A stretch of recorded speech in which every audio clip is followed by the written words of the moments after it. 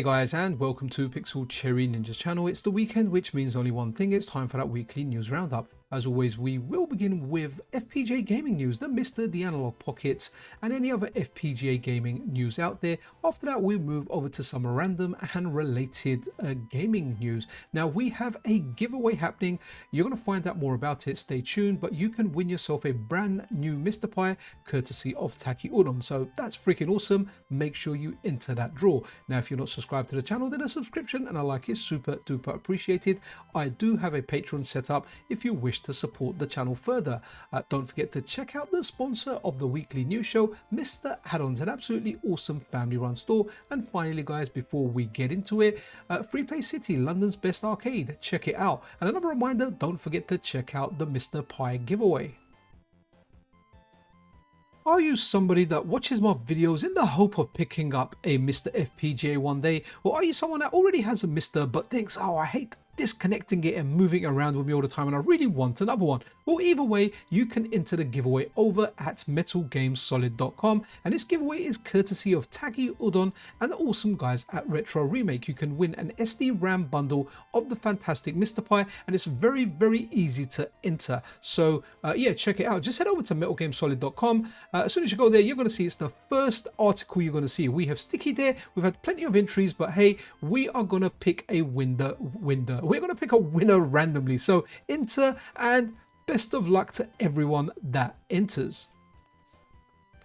The next game from Hatego and his team is going to be Golfing Grace, and it should be a great golf game, and it's made by Konami. It's not something that I've played in the arcade, and it's not something I've even played on emulation, but Hatego in a couple of X-Post explains that this is not perfectly emulated via software emulators such as MAME. So the work that Hatego has done, given that he has the schematics and a PCB, he will feed that back into MAME, and as well as creating an FPGA core for the MiSTer FPGA, he will also be contributing to MAME and improving the software emulated version of this. And it's absolutely great the work that Hatego does, because if there's any benefits that can feed back into MAME, well, he feeds those back into MAME. Now the hashtag over here only says MiSTer FPGA, so I'm wondering whether it's actually coming out for the Pocket as well, because usually Hatego releases his stuff for the Pocket and the MiSTer. So let's see what happens. A little bit concerning that I don't see it there. Maybe he forgot it, or maybe it's not coming out. And in a tweet down here, Hatego says, this game uses the same 3D chip as Run and Gun, but it does not require a frame buffer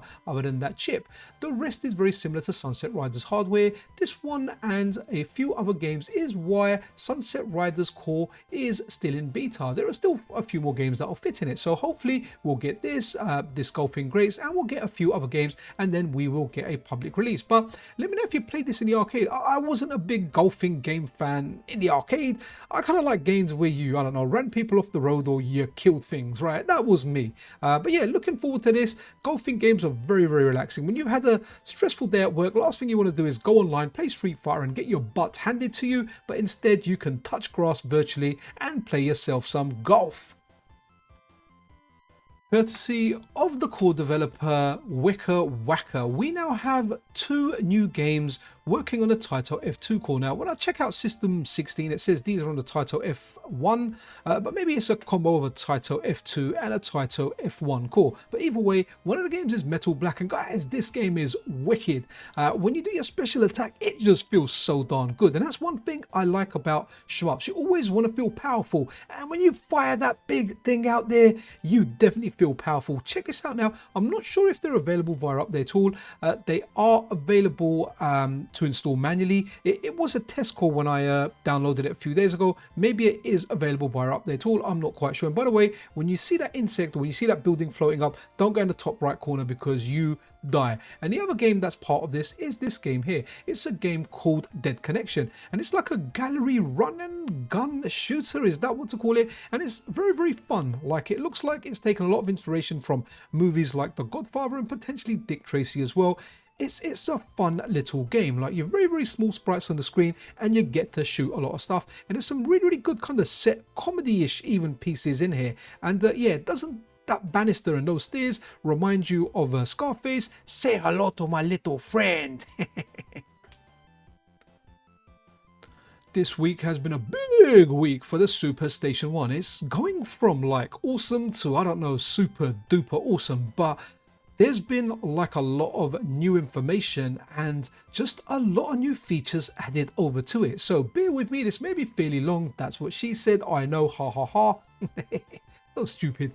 Anyway, look, so over here, Takurin says the logo needs to be fixed, but I'm happy to finally have a good version of Superstation. And here we've got mock-ups of the show, and for the whole part, guys, they look really, really good. And the logo was shiny on there. The logo's not going to be shiny on there, but he talks more about the logo, I think, later on. In fact, earlier on today, I saw these just before I was about to shoot the video. So going over to the next one, guys, and this is freaking amazing. So first of all, I think we spoke about it last week, where the Superstation 1, where initially it was dumping your PlayStation games. Well, it doesn't need to dump them now. It can play them directly from the disc. You don't need to dump them. Itaki still says the best way to play them is to actually back them up and play your backups. But hey, the option to run your PlayStation games directly via disc is there. But not only that, look at this.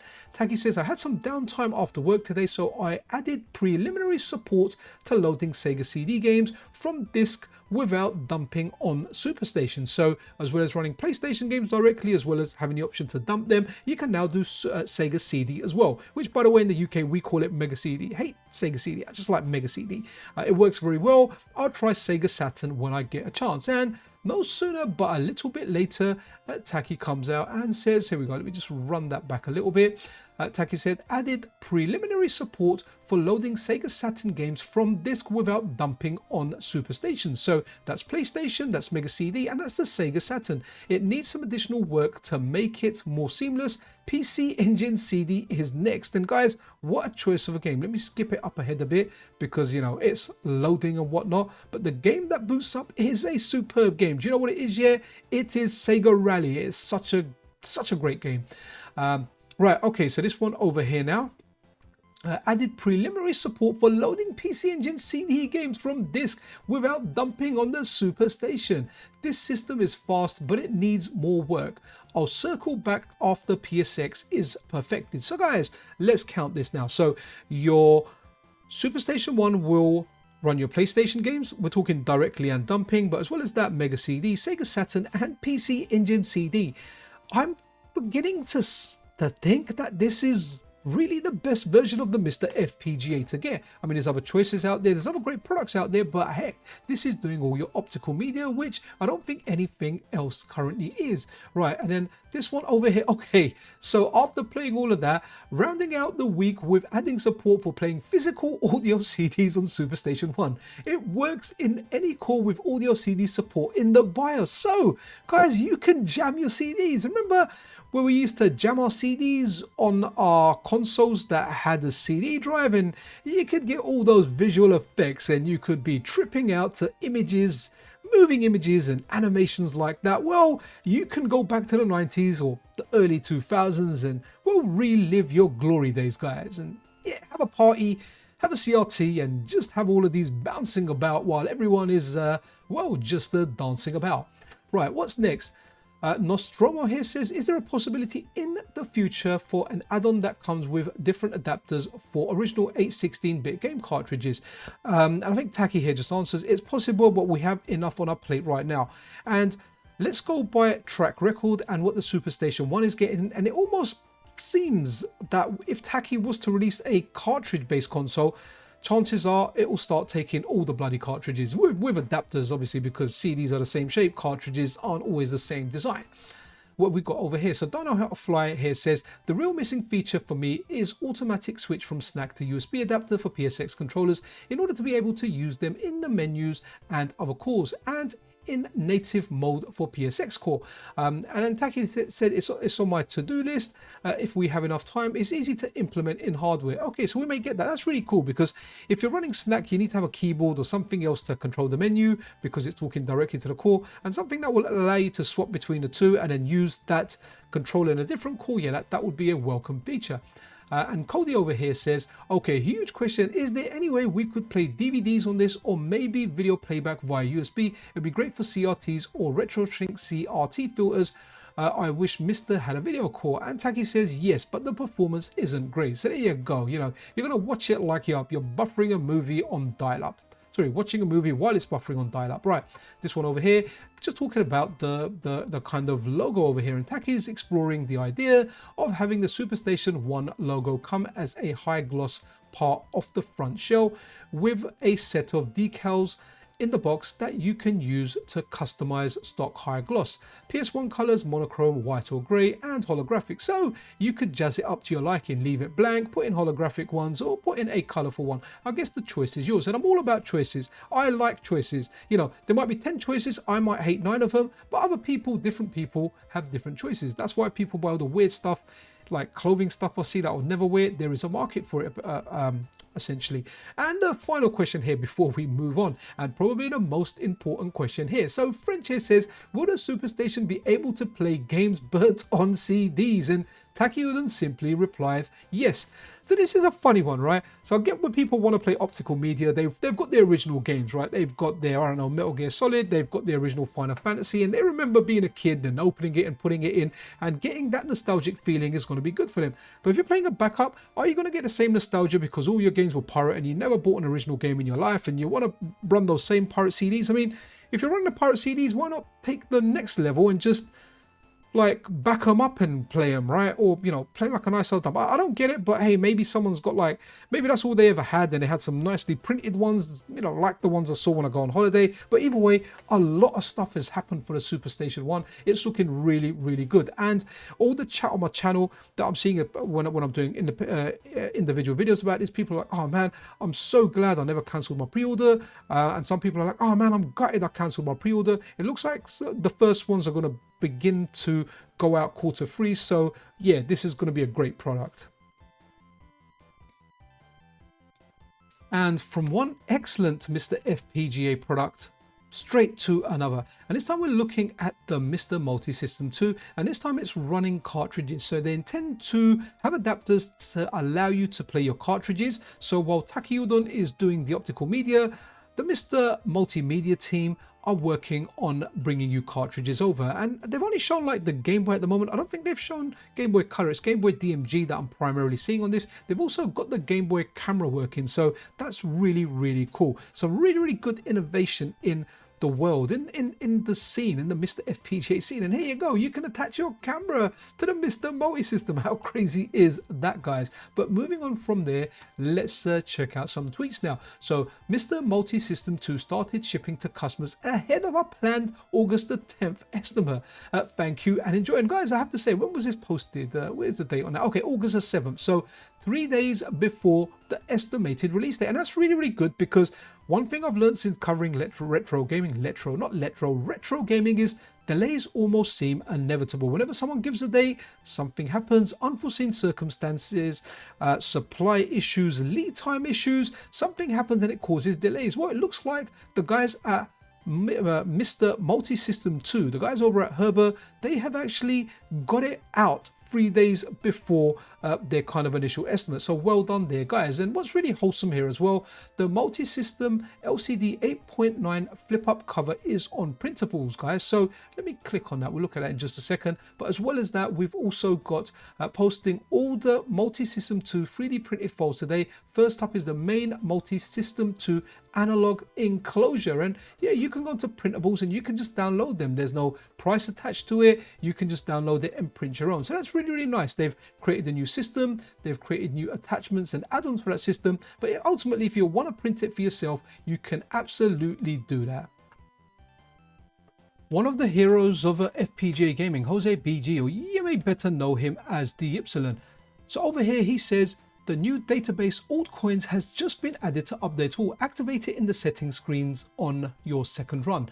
It contains alternative versions of some popular cores, Sega Genesis Plus, PS1 2X and Nintendo 64 2X. And I'm laughing down here where Pazuzu, what a name, says Nintendo 128. Absolutely love it. But what we're going to do quickly, guys, is I've got my MiSTer on. So let me just swap over to that quickly. And let's go over to scripts. Let's go over to update tool and let's see how we can activate this in case someone doesn't know. So when you start update tool, it says up to enter options. So I'm going to press up. I'm doing it on a keyboard at the moment.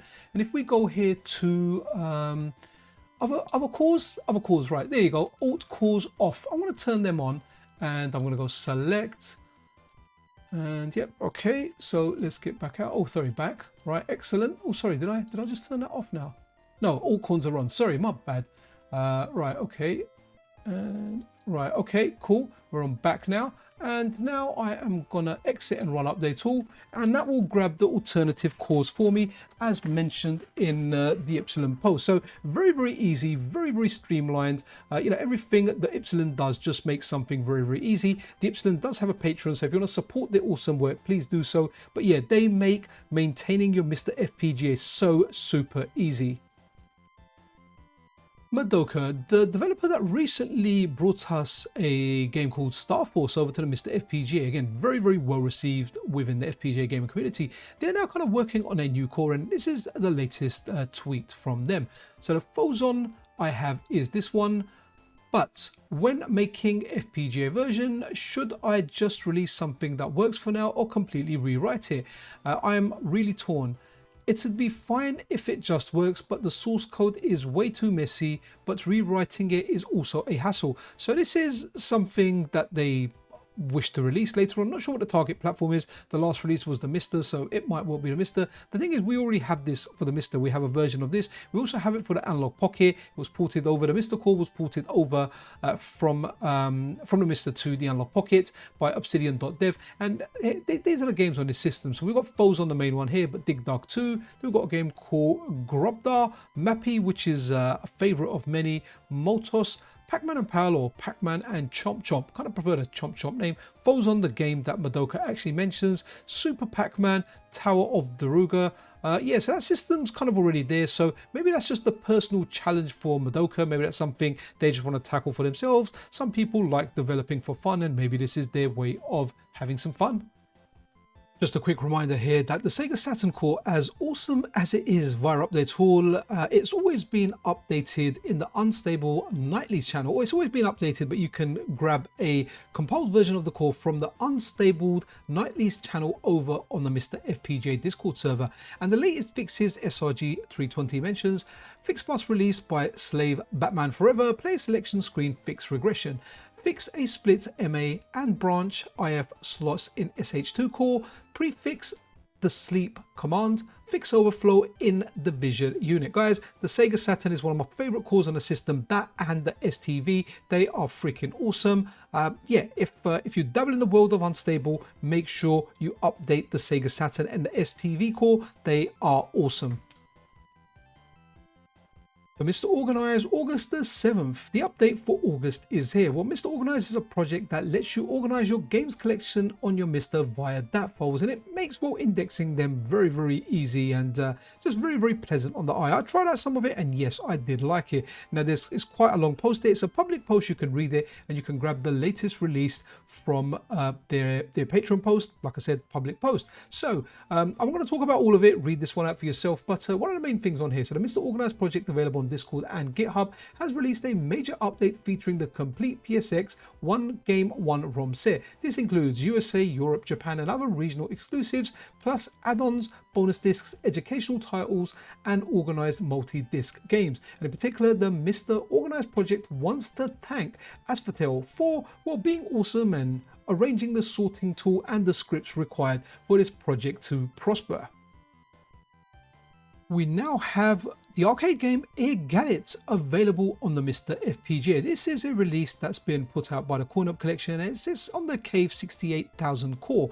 Now, in order to get this up and running, it's not just completely straightforward. You do need to go into Python, and you do need to make a custom version of the ROM, and it's not available via Update at all. However, I do have to say this is a very good looking game. Cave were known for their shmups, and these ones are expensive to buy when you're talking PCB. So yeah, Airgallet available for MiSTer FPGA.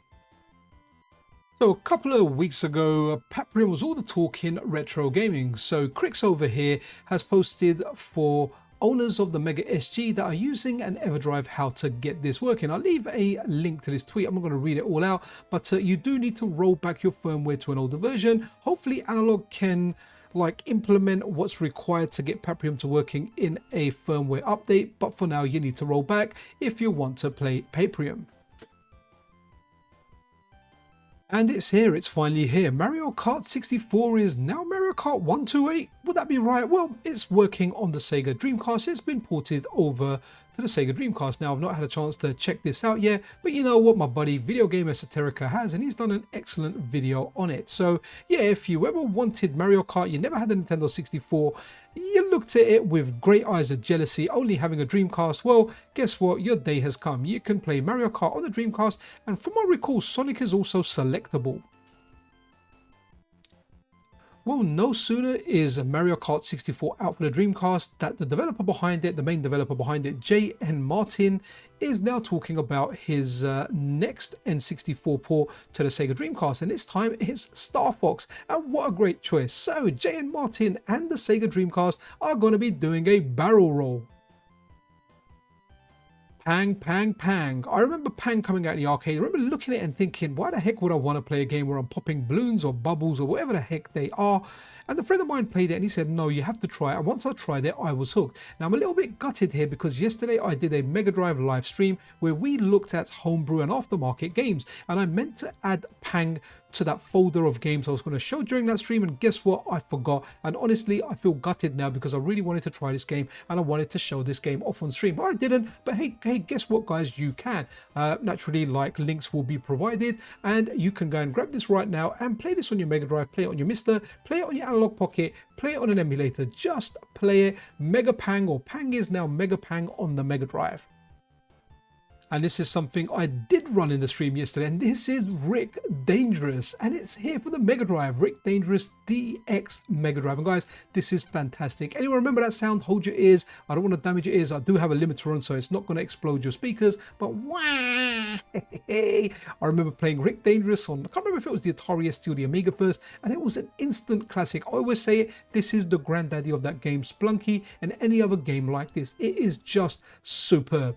And I played it in a live stream, or on a live stream yesterday on the Mega Drive, and guys, it holds up. It really is that good. This one here, it borrows assets from the Wii version, so it has a little bit of a visual facelift as well. But if you haven't tried Rick Dangerous, try it and let me know when you hear the famous wah.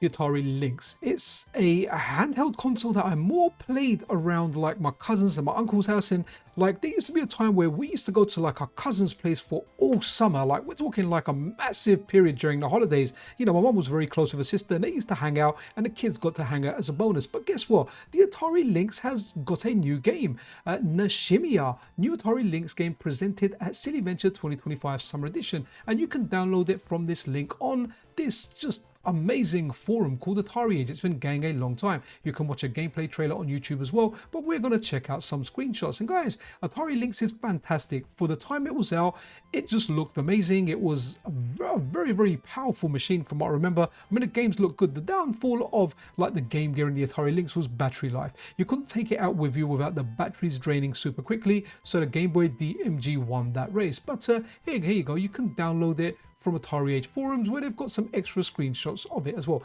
Haven't tried it out yet, but really would like to.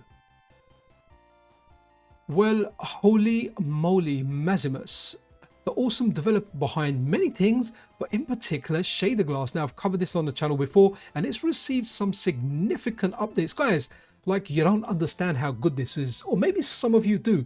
This is an application that could be sold for 20, 30 pounds, whatever. It can be sold for a lot of money. This literally is the software version of like something like the Retro Tink or like the More 4K. It is amazing. Like, in real time, you can move this little shader glass window around and you will get lots and lots of visual filters, different CRT, VHS lines, whatever you want. There's hundreds in there. There's even some from RetroArch that are implemented in here. But what's amazing about this now is Shader Glass version 1.2 update released, now supporting webcams and capture cards, better mouse cursor capture, and of course more shaders to apply to any game or app. Free and open source on GitHub, Itch and Steam. Guys, this is free. I can't believe that this is free. It just feels so darn good. It feels like a commercial product. And big shout out to Maximus for, you know, just being so wholesome and releasing this for free to the community. So now you can use this when you're having those meetings. You can give yourself a CRT filter. What the hell is wrong with me? You can use a CRT filter and have your Zoom meeting like you're talking back from the 80s with strategies in the year 2025. Guys, try out Shader Class. It is amazing. Let's check this out. I'm excited about this because this is from the makers of Shovel Knight. Shovel Knight is a great game, very difficult, but very, very great. And it definitely reminds me of like the Zelda games. It looks like Zelda: A Link to the Past, but it has more of a NES than a SNES aesthetic. So Yacht Club Games here says, get ready to burrow into a bizarre world of monsters and mystery in Mina the Hollower on October the 31st. Play the demo on Nintendo Switch 1 and 2. And guys, look at it. It just looks really, really good. I need to try the demo out later, but it looks absolutely fantastic. You know, Legend of Zelda, Link's Awakening, and A Link to the Past are two of my favorite games. I've tried to play the newer ones, but I'm not really a 3D Zelda guy. I do try, but I'm a 2D guy. But what's really interesting over here, and I'm going to laugh out loud here, right? And to answer your question, Mina the Hollower can run at 120 FPS on the Nintendo Switch 2. Well, I wouldn't expect any less. It's a 2D game. It looks like a NES game. If you can't get 120 FPS on that, you might as well downgrade the Nintendo Switch screen to a 30 or 25 FPS one. I'm getting really, really funny. If a game like this can't pull 120 FPS, what is the point of having that screen on the Switch? Anyway, rant over, but I am looking forward to this game. It does look really, really cool.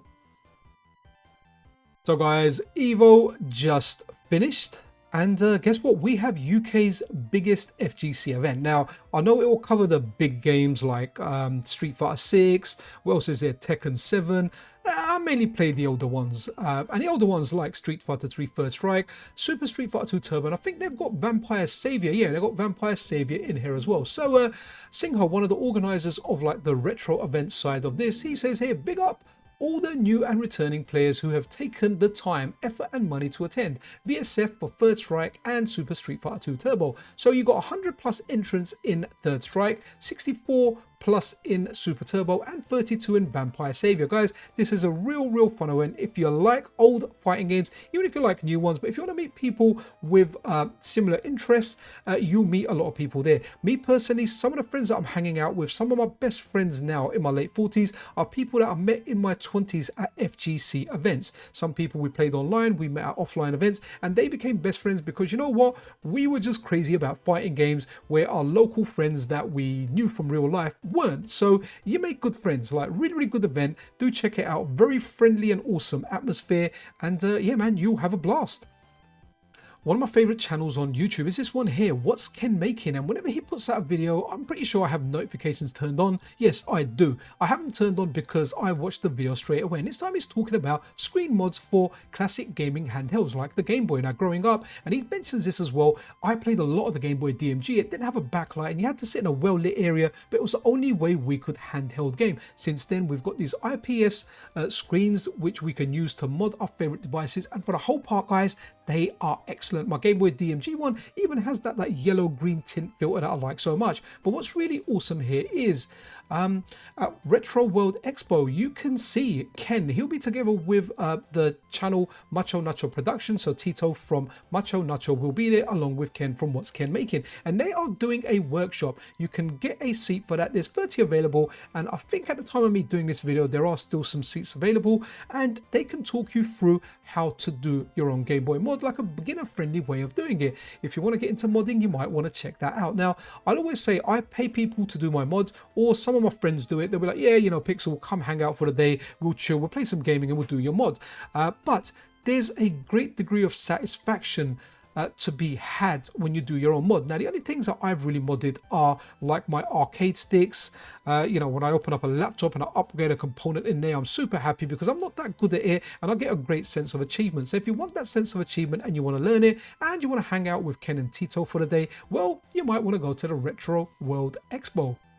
Guys, that was it for this week. I really do hope you enjoyed this video. If you did, then a subscription and a like is always super duper appreciated. For anyone that entered the Mr. Pi giveaway draw, well, I wish you all the best, and not everyone can win it, but I certainly hope, you know, someone wins it. Someone is going to win it. Anyway, be freaking awesome to one another. I'll see you guys around. This is Pixel Cherry Ninja out.